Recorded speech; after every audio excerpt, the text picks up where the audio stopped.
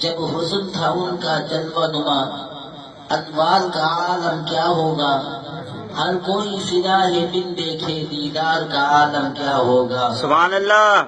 اس وقت خدمت میں ان کی بوبکر عمر عثمان و علی، اس وقت میرے آقا کے دربار کا عالم کیا ہوگا۔ سبحان اللہ سبحان اور اللہ۔ چاہے تو اشارے سے اپنے کایا ہی پلٹتے دنیا کی، یہ شان ہے ان کے غلاموں کی، سرکار کا عالم کیا ہوگا۔ سبحان اللہ سبحان اللہ۔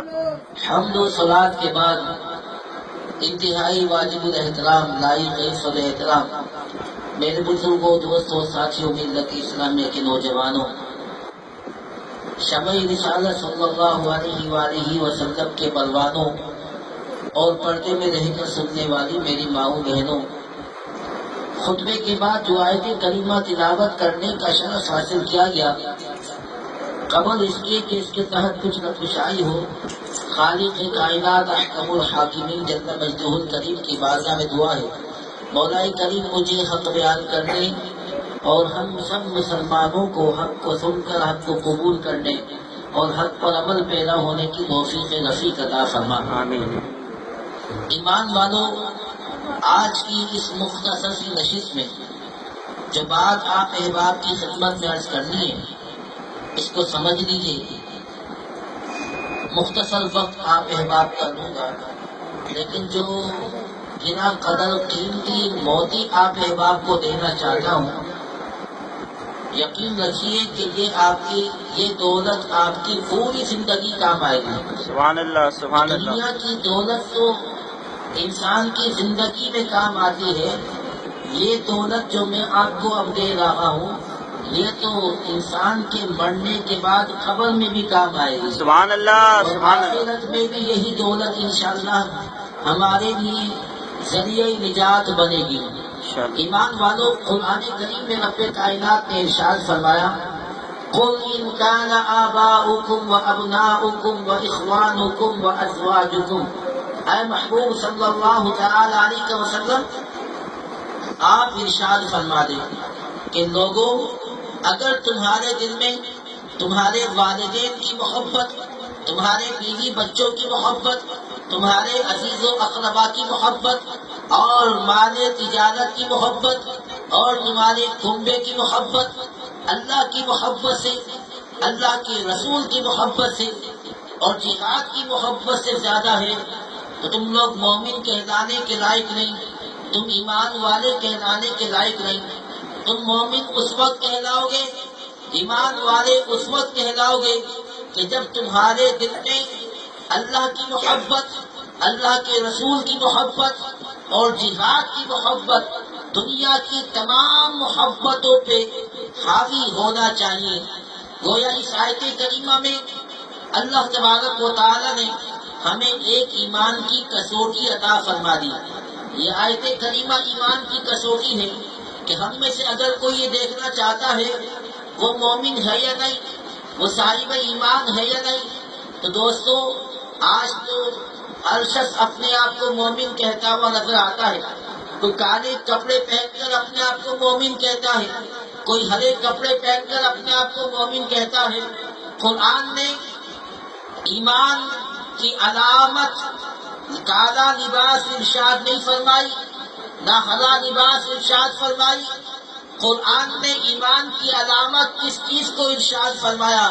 قرآن نے ایمان کی علامت اپنی محبت، اللہ کی محبت، اللہ کے رسول کی محبت کو ارشاد فرمایا۔ سبحان اللہ سبحان اب میں اللہ۔ اس کو سمجھانے کے لیے ایک واقعہ آپ احباب کی خدمت میں عرض کرتا ہوں۔ آپ نے سنا ہوگا تاریخ میں ایک نام آتا ہے جس کو ہم مجنو کہتے ہیں۔ تو مجنو لیلا سے بڑی محبت کرتا تھا، بے انتہا محبت کرتا تھا، اور لیلا کی محبت میں وہ ایسا دیوانہ ہو گیا کہ اس کو اپنے نہ حال کی فکر تھی نہ قال کی فکر تھی۔ وہ مست تھا، وہ مجنو بن گیا، در و دیوار کو چومتا تھا اور راہ گزر سے ایسے گھومتا تھا کہ لوگ اس کو دیکھ کر کہتے تھے یہ حقیقی عشق و محبت والا ہے۔ سبحان اللہ۔ ایک دن اپنی لیلا کے گھر کے پاس بیٹھا تھا، وہاں اور لوگ بھی جمع ہو گئے، آپ جانتے ہیں جب اس حالت میں، اس کیس میں، اس مستی میں، جب بھی کیفیت میں کوئی ہو تو آگے پیچھے شدید قسم کے، اوباش قسم کے لوگ بھی جمع ہو جاتے ہیں، تو اس کے گرد بھی لوگ جمع ہو گئے۔ اتنے میں اندر سے لیلا نے اپنی کنیز کو کہا کہ جاؤ باہر ہمارا عاشق مجنو بیٹھا ہے، کہ دشت میں حلوہ لے کر جاؤ اور ہمارے مجنو کو، ہمارے عاشق کو یہ حلوہ دے کر آؤ۔ کنیز نے وہ طباق لیا جس کے اندر حلوہ تھا اور سرخ کپڑے سے اس کو ڈھانپ کر جب باہر لے کر آئی تو باہر دیکھا یہاں اندر مالکن نے کہا تھا کہ ایک مجنو ہے، یہاں تو ایک تعداد مجنونوں کی نظر آتی ہے۔ یہ مجنو کو جانتی نہ تھی اور پہچانتی نہ تھی۔ اس نے اونچی آواز سے کہا کہ تم میں مجنو کون ہے؟ سب نے اس کی طرف دیکھا، پوشاک ہاتھ میں طباق نظر آیا، طباق پر سرخ رنگ کا کپڑا نظر آیا۔ سب نے جان لیا کہ یقیناً کوئی کھانے کی چیز ہے۔ پوچھا معاملہ کیا ہے؟ کنیز نے کہا ہماری مالکن نے مجنو کے لیے حلوہ بھیجا ہے، تم میں یہ بتاؤ کہ مجنو کون ہے؟ جب حلوے کا نام سنا تو منہ میں پانی بھر آیا۔ ہر شخص اپنی چوٹ پھاڑ پھاڑ کے کہنے لگا میں مجنو، میں مجنو، میں مجنو۔ حقیقی مجنو بیچارہ خاموش رہا۔ دوسرے جو اور برساتی مجنو تھے وہ سب آگے بڑھے۔ کنیز نے سب کو تھوڑا تھوڑا حلوہ تقسیم کر دیا اور اندر جا کر اپنی مالکن سے کہا کہ تم تو کہہ رہی تھی کہ میرا ایک مجنو ہے، باہر تو تمہارے مجنونوں کی قطار لگی ہوئی۔ مالکن نے جب یہ بات سنی، لیلا نے کہا کہ تم نے میرے مجنو کو پہچانا نہیں، اب میں تمہیں بتاتی ہوں کہ میرا حقیقی عاشق کون ہے، میرا حقیقی مجنو کون ہے۔ اس نے کہا یہ طباق پھر لے کے جاؤ اور اسی حالت میں لے کے جاؤ، لیکن اب اس میں کوئی شے اور نہیں رکھنا، فقط ایک چھری رکھ دینا اور باہر جا کر کہنا کہ لیلا کا حقیقی عاشق مجنو جو ہے وہ اس سے لیلا نے اس کے جسم کا گوشت مانگا ہے۔ جب یہ کنیز باہر آتی ہے، دوستوں بات یہ ہے کہ پہلے حلوہ کھانے کی بات تھی تو سب مجنو بنے ہوئے تھے، لیکن جب قربانی دینے کی بات آئی اور جسم کا خون دینے کی بات آئی اور جسم کا گوشت دینے کی بات آئی، ایک ادھر سے نکلتا ہے، دوسرا وہاں سے نکلتا ہے، تیسرا وہاں سے نکلتا ہے، ہر ایک اپنا راستہ نکلنے کا تلاش کرتا ہے۔ جب کھانے کا معاملہ تھا، حلوہ کھانے کی بات تھی، ہر آدمی کہتا تھا میں مجنو، اور جب قربانی دینے کی بات آئی تو وہاں پر کوئی نہ ٹکا، فقط ایک اجڑے بالوں والا اور بوسیدہ پوشاک والا ایک شخص وہاں پر موجود تھا۔ نوکرانی نے کہا کہ کیا تم حقیقی مجنو ہو؟ اس نے کہا میں ہی تو اپنی لیلا کا عاشق، بتاؤ مجھ سے میری لیلا نے میرے جسم کے کس حصے کا گوشت مانگا ہے؟ چھری اٹھائی، یہ بازو کا گوشت کاٹ کے رکھا، اس بازو کا گوشت کاٹ کے رکھا، یہ ٹانگ کا گوشت کاٹ کے رکھا۔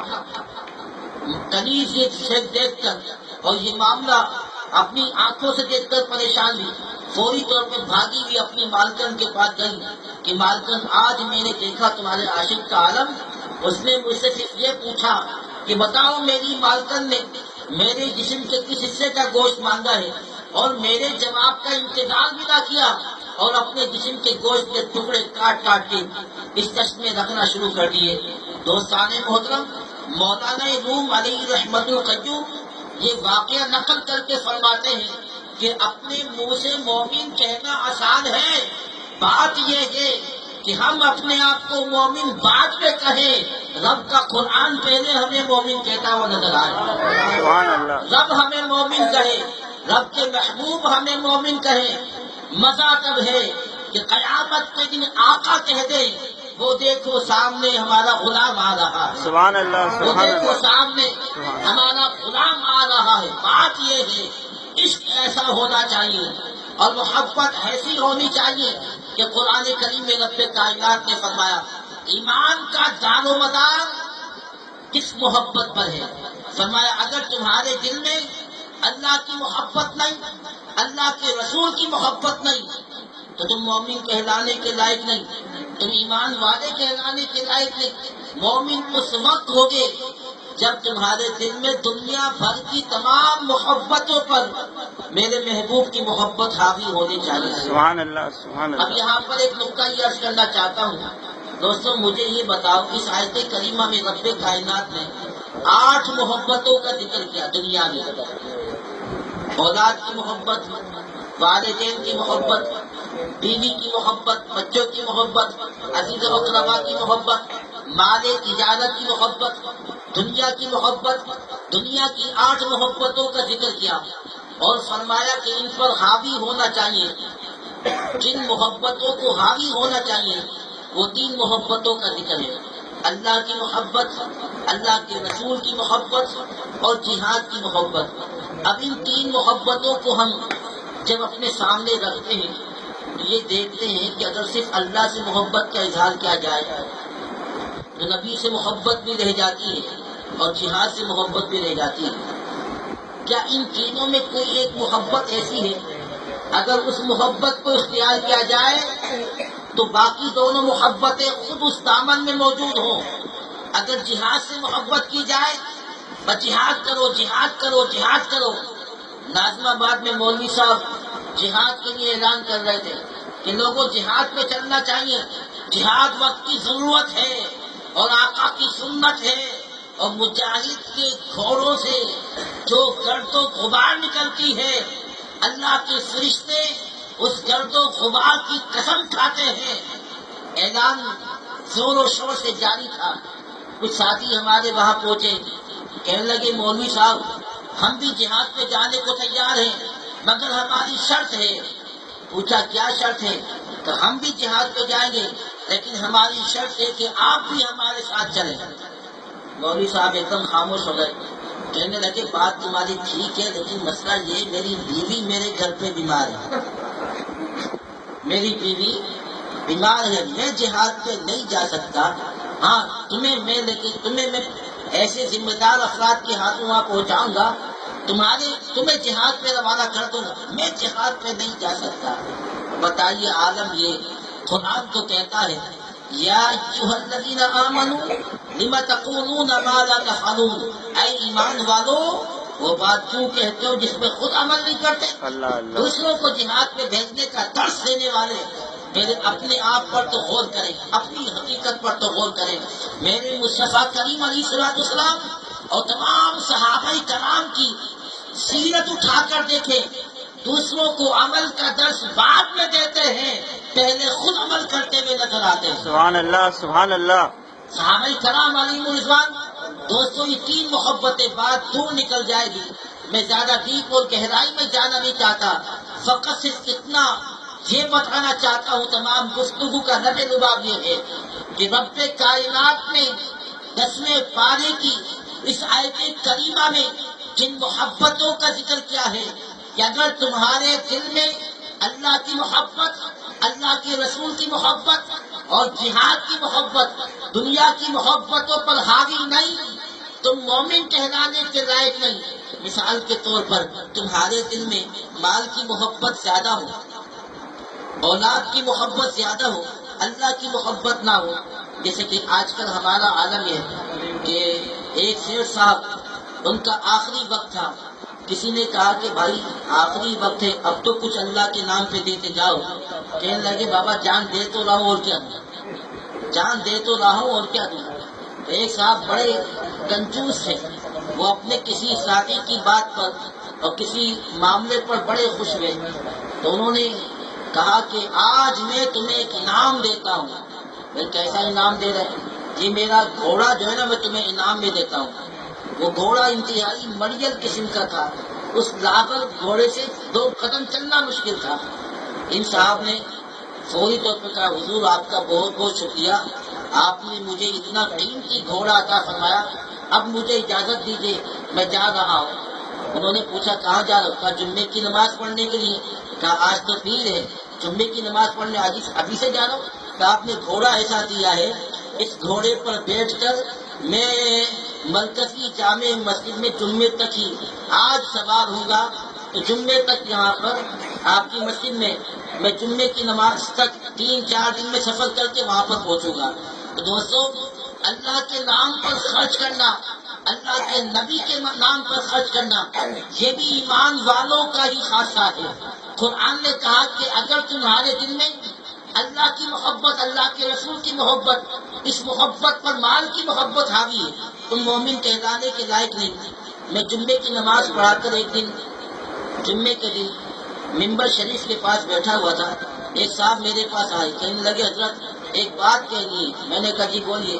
کہنے لگے حضرت میں نے جمعے کے دن نماز میں 10 روپے ڈالنے کے چندے میں غلطی سے بھولے سے 100 کا نوٹ ڈال دیا ہے، 10 روپے ڈالنے کے 100 کا نوٹ ڈال دیا ہے، باقی 90 روپے آپ ایسا کیجئے کہ ان سے کہہ کے واپس دلا دیجیے۔ میں نے سوچا کہ معاملہ کیا ہے۔ جو صاحب اس لائن میں تھے ان سے پوچھا کہ انہوں نے 100 روپے ڈالے تھے، مثال کے طور پر رحمان بھائی ان سے میں نے پوچھا کہ ڈالے، انہوں نے کہا حضرت مجھے تو یاد نہیں، انہوں نے نہیں ڈالے، کچھ بھی نہیں ڈالا۔ اب میں نے ان سے کہا کہ آپ نے 10 روپے ڈالنے تھے، غلطی سے 100 روپے ڈال دیا، اب کیا کیا جائے؟ کہنے کہ 90 روپے واپس کر دیں۔ میں نے کہا یار یہ واپسی کا معاملہ تو رب کائنات کی بارگاہ میں آپ نے خرچ کر دیے، اللہ کی بارگاہ میں آپ نے ایک اکاؤنٹ کھلوا دیا، اتنا میں کر سکتا ہوں کہ آپ ہر جمعے 10 روپے ڈالتے ہیں تو باقی اب 9 جمعے 10 روپے نہیں ڈالیں۔ سبحان اللہ، اتنا میں کر سکتا ہوں کہ باقی 9 جمعے جو آئے اس میں 10 روپے اور نہیں ڈالیے گا۔ یہ جہاں تک میرے معاملات ہیں، میں آپ کی خدمت میں یہ بات عرض کر سکتا ہوں۔ تو دوستوں ہمارا تو عالم یہ ہو گیا، تو قرآن نے اس بات کو 1450 سال پہلے فرما دیا تھا کہ اگر تمہارے دل میں اللہ کی محبت، اللہ کے رسول کی محبت سے دنیا کی محبت حاوی ہو گئی، تم مومن کہلانے کے لائق نہیں۔ ایمان والے اس وقت کہلاؤ گے کہ دنیا کی تمام محبتیں، مال کی محبت، اولاد کی محبت، والدین کی محبت اور جان کی محبت، تمام محبتوں پر بندہ اپنے رب کی محبت کو، رب کے محبوب کی محبت کو حاوی کرے۔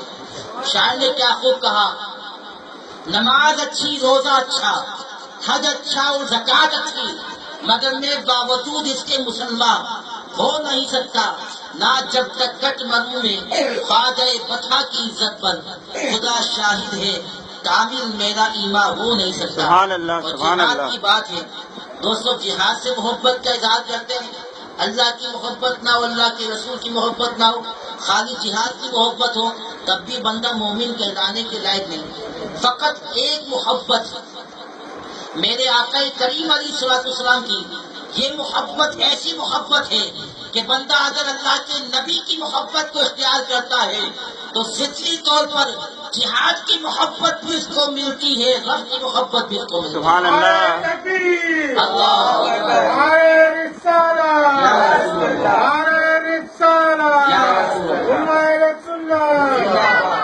اور رہ گئی آج کل کے ان مجاہدین کی بات، جو جہاد کے نام پر قوم کو جو ہے بیوقوف بناتے ہیں، ان کا معاملہ کیا ہے؟ ایک ماں نے اپنے بیٹے سے کہا بیٹا میں چاہتی ہوں کہ میں قیامت کے دن مجاہد کی ماں کہلاؤں، اور میرا سر بھی فخر سے بلند ہونا چاہیے کہ میرا بیٹا بھی اس نے جہاد کیا، اور جہاد کرتے کرتے اپنی جان کو دین پر قربان کر دیا۔